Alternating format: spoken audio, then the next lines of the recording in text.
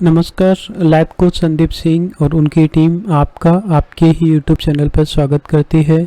हम बात कर रहे थे हमें लोगों से किस तरीके से डील करना चाहिए।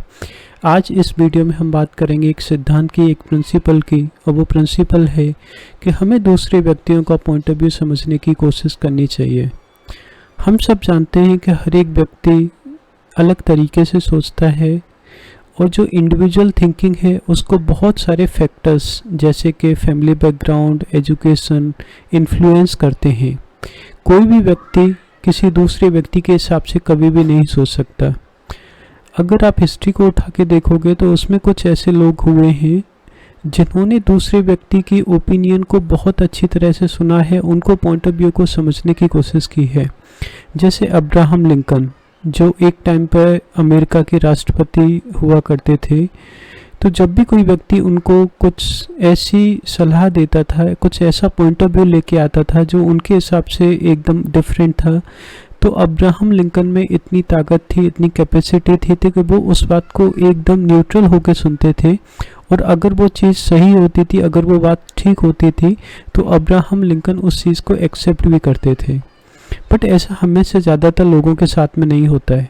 जो हमारी बातों में एग्री करता है वो तो सब हमें अच्छे लगते हैं, कि जहाँ पर भी हमारी बातों को कोई काटता है या फिर उनके सोचने का तरीका हमारे सोचने के तरीके से अलग होता है, या उनका जो जिन चीज़ों पे उनका बिलीफ है अगर वो हमारे बिलीफों से कॉन्ट्रडिक्ट करता है, हमारे बिलीफों के से डिफरेंट होता है, तो हमें ये चीज़ अच्छी नहीं लगती।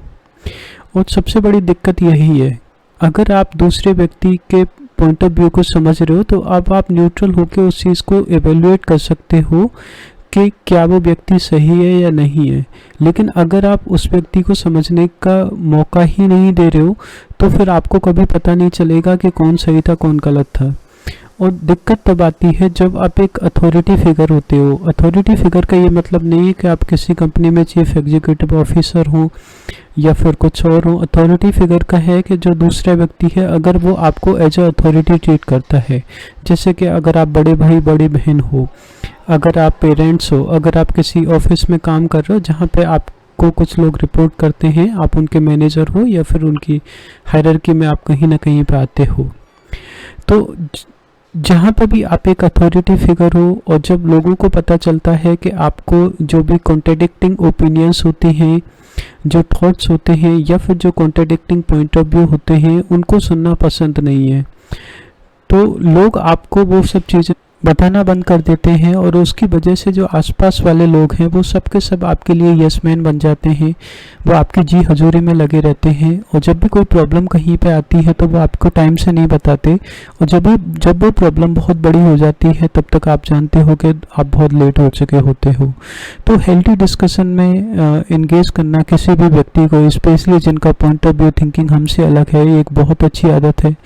और जब हम किसी भी व्यक्ति को हेल्दी डिस्कशन में इंगेज करते हैं, उनका पॉइंट ऑफ व्यू समझने की कोशिश करते हैं, तो इससे हमारी डिसीजन मेकिंग अच्छी होती है। हमारे रिश्ते चाहे वो घर में हो गए, ऑफिस में हो गए या दूसरी जगह पर हो गए, अच्छे होते हैं।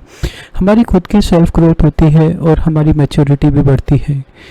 किसी भी व्यक्ति के पॉइंट ऑफ व्यू को समझने के लिए आपको ज़रूरत है एक डीप लिसनर बनने की, आपको उसकी बात बिना इंटरप्ट किए बहुत ही ध्यान से सुनने की। तो हमने इस डीप लिसनिंग पे भी या फिर लर्न टू लिसन पे भी वीडियोस बनाए हैं, तो आप चाहो तो उन वीडियोस को देख सकते हो, वहाँ से आपको बहुत मदद मिलेगी। तो आज के इस वीडियो में हमने डिस्कस किया कि हमें दूसरे व्यक्तियों के पॉइंट ऑफ व्यू को समझने की कोशिश करनी चाहिए। Stay blessed and happy.